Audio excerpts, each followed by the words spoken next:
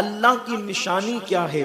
اللہ کی نشانی یہ ہے کہ جس کو دیکھنے کے بعد، جس کو سننے کے بعد، جس کا ذکر کرنے کے بعد اللہ یاد آ جاتا ہے، اس کو اللہ کی نشانی کہتے ہیں۔ حتیٰ کہ قربانی کے جانوروں کو بھی اللہ کی نشانی کہا گیا ہے۔ اسی طریقے سے مسجدوں کو بھی اللہ کی نشانی کہا گیا ہے۔ اسی طریقے سے ماہ رمضان المبارک کو بھی اللہ کی نشانی کہا گیا ہے۔ اور اللہ تبارک و تعالیٰ ارشاد فرماتا ہے، جو اللہ کی نشانیوں کی تعظیم کرتے ہیں یہ دلوں کے تقوی کی بنیاد پر ہے۔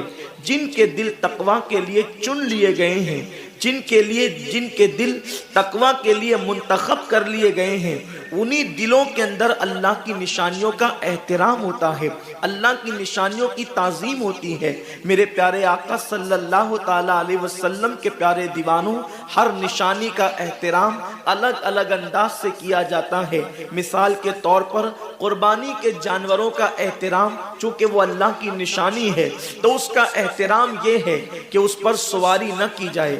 اگر آپ نے قربانی کے جانور کو قربانی کی نیت سے خرید لیا ہے، اب آپ اس سے ہل نہیں چلا سکتے، آپ اس پر سواری نہیں کر سکتے۔ اور اگر آپ غنی اور مالدار ہیں تو آپ اگر اس کا دودھ دھو لیں، اس کا دودھ نکال لیں تو آپ اس کو خود استعمال نہیں کر سکتے، بلکہ اس کا احترام یہ ہے کہ آپ کسی مسکین کو، کسی فقیر کو وہ دودھ صدقہ کر دیں۔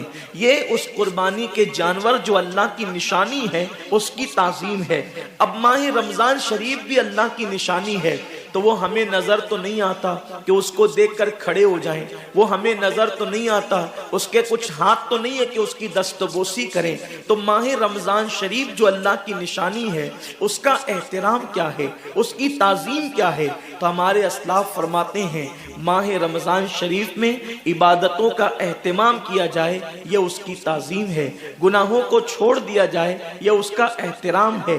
میرے آقا مصطفیٰ جان رحمت صلی اللہ تعالیٰ علیہ وسلم جب بھی ماہ رمضان المبارک قریب آتا تو میرے سرکار اپنے صحابہ کو عبادت کا شوق دلانے کے لیے، اپنے صحابہ کو عبادت کا ذوق دلانے کے لیے، اپنے صحابہ کے دل میں عبادت کا جذبہ پیدا کرنے کے لیے آقا کریم رؤوف الرحیم صلی اللہ تعالیٰ علیہ وسلم ان کے درمیان رمضان المبارک کی برکتیں بیان کرتے، رمضان شریف کی فضیلتیں بیان کرتے، رمضان المبارک کی اہمیت بیان کرتے۔ ایک مرتبہ اللہ کے محبوب مصطفیٰ جان رحمت صلی اللہ علیہ وسلم فرماتے ہیں، اے میرے صحابہ، اب تم پر ایک ایسا مہینہ جلوگر ہونے والا ہے کہ جس کی پہلی رات کی شان یہ ہے، جس کی پہلی رات کا مقام اور مرتبہ یہ ہے کہ جب ماہ رمضان کی پہلی رات آتی ہے تو آسمانوں کے دروازے کھول دیے جاتے ہیں، جنت کے دروازے کھول دیے جاتے ہیں، جہنم کے دروازے بند کر دیے جاتے ہیں، اور عرش کے نیچے سے ایک ہوا چلتی ہے، اور وہ ہوا جب رحمت کی ہوا چلتی ہے تو اللہ اس رات اپنے بندوں کو پیار کی نظر سے دیکھتا ہے، محبت کی نظر سے دیکھتا ہے، اور اللہ کی محبت کی نظر جس بندے پر پڑ جاتی ہے اللہ اس پر جہنم کی آگ کو حرام فرما دیتا ہے۔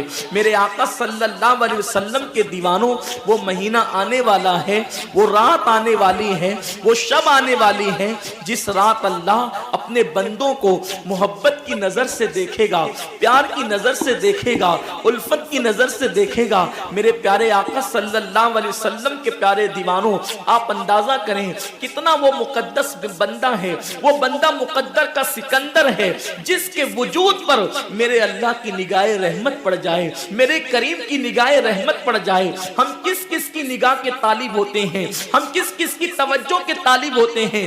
ہم سوچتے ہیں کہ پیر صاحب کی نگاہ پڑ جائے گی تو میرا بیڑا پار ہو جائے گا۔ یقیناً پیر صاحب کی نظر بڑی قیمتی ہے، دیوان شاہ بابا کی نظر پڑ جائے گی تو میری تقدیر بدل جائے گی۔ یقیناً اللہ کا ولی بڑی شان والا ہے، غوث پاک کی نظر پڑ جائے گی تو میرا بیڑا پار ہو جائے گا۔ اندازہ تو کریں جس پر اللہ کی نگاہ رحمت پڑ جائے، اور وہ رمضان شریف کی پہلی رات میں ہوتا ہے کہ اللہ اپنے بندوں کو پیار کی نظر سے دیکھتا ہے، اللہ اپنے بندوں کو محبت کی نظر سے دیکھتا ہے اور خدا کی نگاہ رحمت جس پر پڑ گئی پھر اس کو جہنم کی آگ چھو نہیں سکتی، اس کو جہنم کی آگ جو ہے اس کو جلا نہیں سکتی۔